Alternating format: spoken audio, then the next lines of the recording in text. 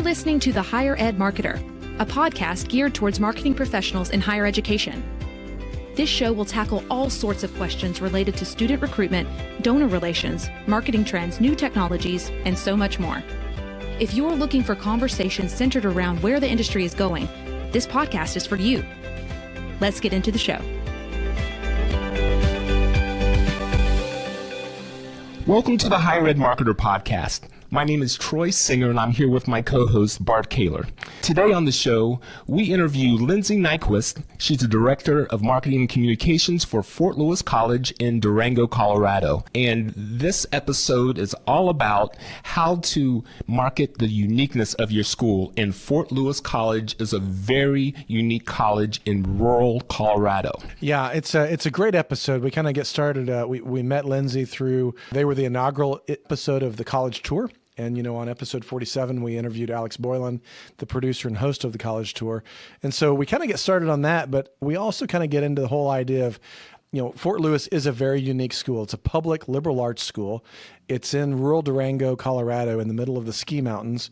And 59% of their student population are students of color and come from various backgrounds, including Native American. And so I think it's a very interesting conversation. She kind of walks through a number of things. So I think you're in store for a great podcast. I agree. Here's Lindsay Nyquist. It's our pleasure to welcome Lindsay Nyquist, Director of Marketing and Communications for Fort Lewis College in Colorado, to the Higher Ed Marketer Podcast. And before we get into our conversation of how to market the uniqueness of your school, and you'll see that Fort Lewis is a very unique college in Colorado, if you could tell us, Lindsay, a little bit about the school and the makeup of it, population, what village it's in. Very unique school. Absolutely. So we are technically Colorado's public liberal arts college. We have about 3,500 students. Again, speaking to the uniqueness of it, more than 50% of our students are students of color, around 59%. And a large proportion of those are students from Native American or Alaska Native backgrounds. And I would also say just our location in beautiful Durango, Colorado is a big part of who we are and the way that we address education, both by being really connected to the place where we are in an academic way and in a student life way. So I would say that's how we stand apart. I first was familiarized with the school through the show, The College Tour. And in your episode, it's very evident it's a school where your students are outdoors a lot. Absolutely.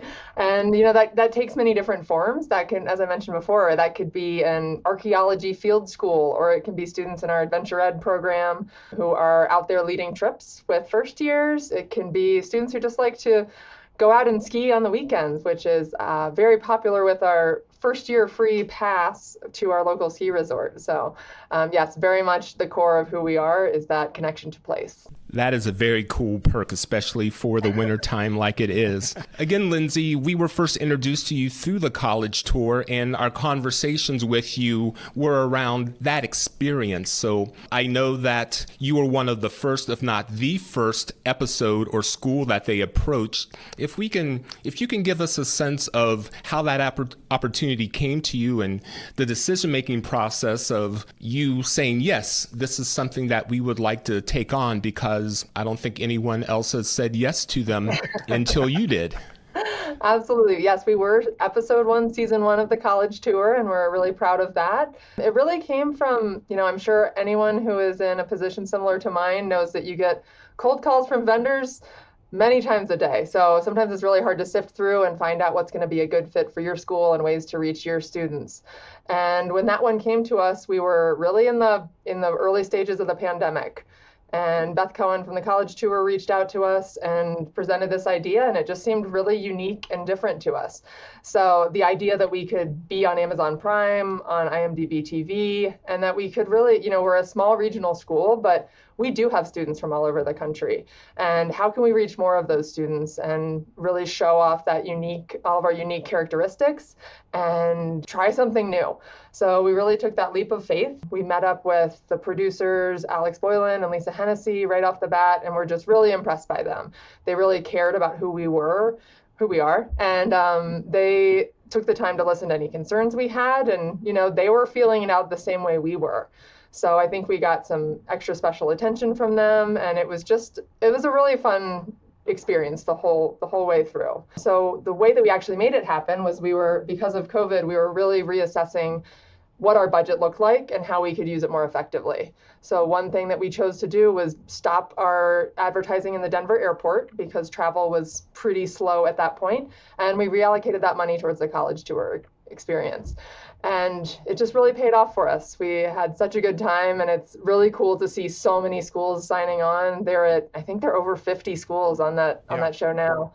And that we were part of the beginning of it. It was really powerful. Yeah, that's really interesting. We had Alex Boylan on the podcast a few episodes ago on episode 47, and it was fascinating. I mean, he's such an exciting guy, and he's got such a passion for what he's doing. And I think that for you guys to be the inaugural episode, and then to actually see where it's gone, like you said, 50 episodes, it's pretty amazing. And I love that they come in with such a high level of production and professionalism. I mean, having experience on Amazing Race and Survivor and all those other shows that they have done before, it really kind of helped you guys articulate and hone your own stories to be able to tell that. Was that your experience? Absolutely. So we knew they were coming in with that high production value, but it still blew us away. And I think it was just such a cool experience for the students. We had 10 of our students featured on the show, and they just loved everything they got to do. I mean, they were treated by big stars, and they get to share their individual stories. Alex did a great job of prompting them to write their own scripts. They're not handed language to regurgitate. It's really, they're telling their own stories, and we just help shape it in a way that works. And it was such a cool experience. And it helped us rethink how we shoot our media because, we have a full-time videographer and a full-time photographer on staff. But the way they came in and got so much content in 1 week, I really sort of reconsidered the idea of a blitz to really just, go out on one day and try and shoot in 10 locations and make sure that we're focusing on that side. Because of COVID, we haven't actually been able to do that. Right. But as soon as masks are off, we fully intend to, take that habit into our production schedule as well. That's great, because I'm just kind of reminiscing now about last week's episode with Dr. Mark Jobe at Moody Bible Institute, and he really talked about the importance of authentic storytelling and really leaning into video. And it seems to me like that's a lot of the lessons that you learned through this experience with the college tour, and it will probably go forward, like you said. Now, tell me a little bit about how, anytime you invest in some new way of communicating, certainly everybody says, oh, if I can put a billboard up at the airport or at this location in town, then I can expect these kind of results.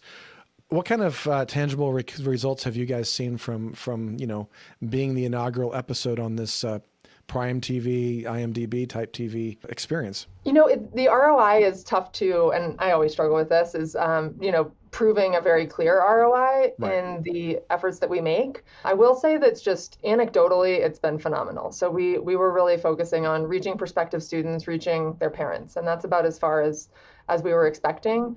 The other audiences we reached have been so powerful to, our leadership. So we reached our, other college presidents were super impressed. Other, people who are on foundations that we have close relationships with. It really it reached through all sort of levels of society, and just every single constituency. The alumni loved it. The parents loved it. Current students loved it. And so we were just really pleased with how far the message really reached. It was tough to make a exact correlation between being on the college tour and how we are performing admission-wise, but our admission's up. We just had in the fall, we had our largest freshman class in 15 years and our largest overall class in 5 years. So I definitely think the college tour had something to do with it, even if we couldn't make every single line connect there. That's great. That's great. I think it's unique. It's interesting to me that as you described the different constituents that kind of were touched by that, obviously that's a diverse group of people that you just talked about with, you've got your board, you've got other college presidents, you've got your own leadership, parents. All kinds of people.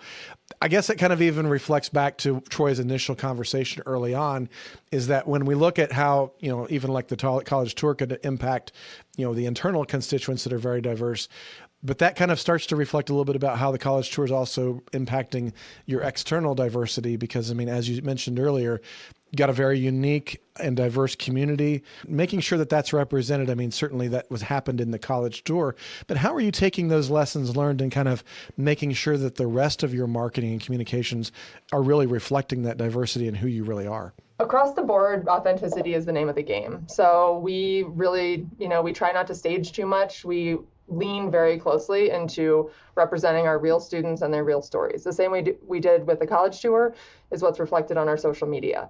And we've got a new social media coordinator in place, and she is coming up with all kinds of amazing new video series that can really show our student story. She is pushing us way into more video. We used to do heavily on photography and let the video creep in on our social. Right. And now I'd say it's an 80-20 split the other direction. We're incredibly heavy on video and on making sure, one of the things we're focusing on this semester on our team is making sure that the student story is what's told by students. So we're always hoping to do that, but we're doing a lot more day in the life videos with students on, shooting their own content. We're working with our influencer and ambassador programs. And we're starting a new series called College Cuts that will highlight our student research in the words of our students. So super excited about all those options. That's great. Just out of curiosity, what social channels are you leaning on for those student stories? We're really heavy on Instagram, mostly on Reels these days. And, as Instagram's pivoting sort of within itself, I think it's a very interesting platform. TikTok is another really fun one for us. And that's where we really push truly student-generated content, because you don't want to look like the old guy on TikTok or the one who doesn't know how it's supposed to be working or the one taking itself too seriously. That's exactly right. Yeah, really, we're soliciting ideas from students really actively. We hire a ton of student interns so that we can make sure that our audience and that we're using media in the right way to reach our prospective students. I love that, because I think that far too often, I think that we try to think of the marketing through the lens of who we are personally. So, like myself, a 52-year-old, white male is not going to necessarily know exactly the right way to do social media. I mean, I'm a professional, so I can point in the direction by asking questions like this and observing. But at the same time, I think you're right. The student's voice is going to be a lot clearer, a lot more articulate, and more powerful on platforms like TikTok and Instagram, whereas maybe there's more ways to use Facebook and other areas for alumni and some of those other constituencies that we talked about. But I think that's just I bring that point up because I find still far too many schools are relying on Facebook to try to recruit students, and I'm guessing that's not part of your strategy. They are not there. I mean, we're absolutely putting content out there, but you're right. We're angling it more towards influencers, be that parents, be that high school counselors. So we're trying to be in every platform where we can actually do it well. I always say that it's better to be on fewer platforms and get it right than to try to be everywhere. But when we're reaching students, we're making sure that we're hitting the right demographics of those media. That's great. If anyone has a conversation with Lindsay, you're going to hear the phrase, the Skyhawk way. And I'm assuming that's part of the DNA when you are at Fort Lewis. But would like to talk formally about branding and, your approach to how you develop your brand. And if you could share with us over the years how that's come about. Absolutely. I think we've had a really interesting journey in that world. 5-10 years ago, we didn't even have much of a marketing department. When I started here 15 years ago, the marketing department was 1.5 people, and it's slowly grown over time. But because of a lack of resources, both human and financial, we didn't have a lot of clarity around who we were and what our brand was. So in 2018, 2019, we started really addressing that. It started with a website audit where we just wanted to update our website, and the company we worked with on that audit said, you can't even start on your website yet. You need to figure out this core of who you are first. And so we took their advice. We really reached out did an RFP for a brand articulation. We ended up with a firm called 160/90. It's out of mostly LA and Philly. And they spent a lot of time on our campus. We talked to them nonstop, and they did an incredible job of diving deep into who we are and really helping us articulate our brand, both visually and conceptually and verbally. And that has given us this really powerful playbook that we still use till today. and will continue to use on for many more years for sure. That's great. I've got a great deal of respect for that company. They do great work, and I think that I think it's such a powerful tool, and I think it really kind of gives some freedom to the clients when they can clearly articulate the brand. Because I think everybody kind of gets it internally, and it's like, yeah, I get it. And especially we hear that when students come to do a campus visit. Every school will say, well, if I can get them on campus, then I know that they're going to come. And I think that is the fact that the students are coming and they're experiencing the brand. They're living it out. And I think part of the challenge for schools and higher ed marketers is how can we articulate that and put it into a playbook that we can repeat outside of a campus visit. We can repeat in a show like the College Tour. We can repeat in an Instagram post or an ad in a pay-per-click ad or other ways. I think that, what was some of those threads that they found when they looked at the Skyhawk Way? If you kind of look at your playbook, what are kind of those threads that kind of go through that? A lot of it, we have our students come from such diverse backgrounds that's something we always struggled with. And when you talk about, a lot of times people on campus have the right concept, it's just struggling to articulate it. Even within campus, we really struggled to all be consistent about saying who we were. Some people believed we were a very classic liberal arts institution. Others thought it was more of a ski and adventure school.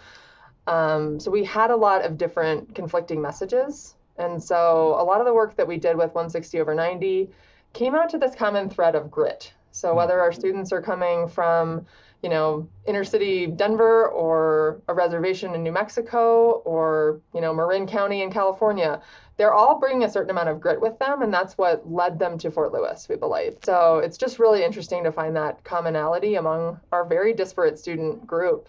And so a lot of our pillars of our brand speak to that and speak to working through challenges and, finding your own way. Things like that became the key of who we are. And, it's really helped us. I think our increased enrollment numbers speak to finding students that are excited to be here and want to connect with it. We're a small rural school. We're not for everybody. We don't have Greek life. We do have an NCAA Division II. We have a lot of great sports, but it's very different than a big state school, even like the one I attended.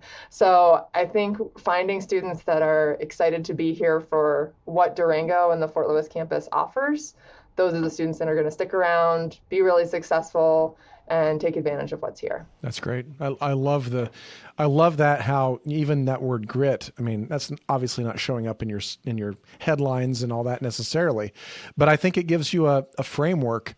And I think that's one of the important things that a clear brand articulation and really walking away with a good brand deliverable can allow you to do, because all of a sudden it gives you that framework to be able to say, how do we communicate these stories that overcome challenges? How do we share these different aspects of who we are through this filter and lens of grit without necessarily saying that specifically? And I think that's what really makes up a really good brand program several times. So that's great.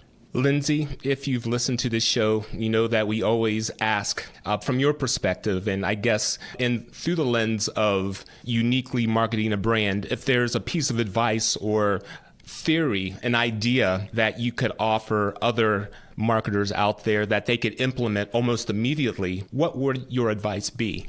I think my best advice is to hire good people and to listen to them. In my role, we've talked about as we sort of age out of digital marketing or social media, it's so important to stay in tune with young staff and students and just staff with very specific areas of expertise and really let them do their thing and support them in that journey. So I am so fortunate to have such an amazing team of people that I get to work with every day, and they just create the most amazing stuff and they collaborate well, and we get recognition for it, and we are able to serve the students that we do because of that. So that's something I feel pretty passionately about. And I see sometimes that larger organizations, just the complexity lets that not happen. If you have a super rigid brand, I think you're not able to flex and be creative like a creative team should be. So listen to your staff. That's great. Thank you, Lindsay. If anyone would like to contact you as a result of this conversation, what would be the best way for them to do that? Definitely can reach out to me on LinkedIn, Lindsay Nyquist. It might be the only one. That's great. Thank you for being a guest with us. Really enjoyed learning more about you and Fort Lewis. Awesome. Thanks so much to both of you. Bart, do you have any thoughts that you would like to share before we close out today? Yeah, I just have a couple things that I kind of want to pull to the top of the surface here from what Lindsay has said. And I want to encourage everyone, because I know there's a lot of different demographics of schools that listen to the podcast. I mean, we've been growing over the past year and we're grateful for that. But I know that there are some schools out there that listen to this and you have one person or 1.5 people, as Lindsay kind of talked about, 15 years ago when she started at Fort Lewis. I just want to encourage you that as things change, as things grow, as marketing impacts things on campus, your team will grow as well. And I think that what you're hearing Lindsay say today is it should be encouragement for you to kind of look and prepare and head down the path. Start doing the things that are kind of maybe what you can do because you're nimble, because you're small, but also kind of listen to the wisdom that comes through this show. I mean, Lindsay kind of talked about the authenticity that she's trying to, and her team are trying to come across with their storytelling, with their video, what they learned from the college tour. And maybe you're not going to be able to have the college tour come to your campus, but you can watch several seasons of that college tour and see the patterns that they do and how they're doing that. Borrow from that. I mean, and I think that Alex would say that just as much as he did on his episode. Take advantage of that and see and look at what other people are doing. Apply it to your own school, obviously, to be the most authentic, but kind of lean into those places. And then also just this whole idea of brand, really taking the time. And if you can afford to have somebody on the outside come in, it's probably going to be better. But even if you just want to do your own exercises internally, just to say, who are we and what makes us different? There's all kinds of books. There's resources out there to be able to walk you through that. But if you can have that and you can have a playbook, all of a sudden your marketing starts to take off and it really starts to get legs of its own. And I think that Lindsay kind of demonstrated that in some of the stories that she told and the way that they're seeing success in their enrollment and seeing success in some of the marketing aspects they're doing, even by, internal recognition from the board or from other presidents in the region. There's a lot of things that can kind of play into that. So again, authenticity, video, and brand, and be encouraged that even if you're a small shop, you can continue to do the good things and grow into something much bigger. Well said, Bart. That brings us to the end of another episode of the Higher Ed Marketer Podcast. Our show is always sponsored by Kaler Solutions, an education marketing and branding agency, and by Think Patented, a marketing execution company combining print and personalization for engagement success. On behalf of Bart Kaler, my co-host, I'm Troy Singer. We are grateful that you joined us. You've been listening to The Higher Ed Marketer. To ensure that you never miss an episode, subscribe to the show in your favorite podcast player. If you're listening with Apple Podcasts, we'd love for you to leave a quick rating of the show. Simply tap the number of stars you think the podcast deserves. Until next time.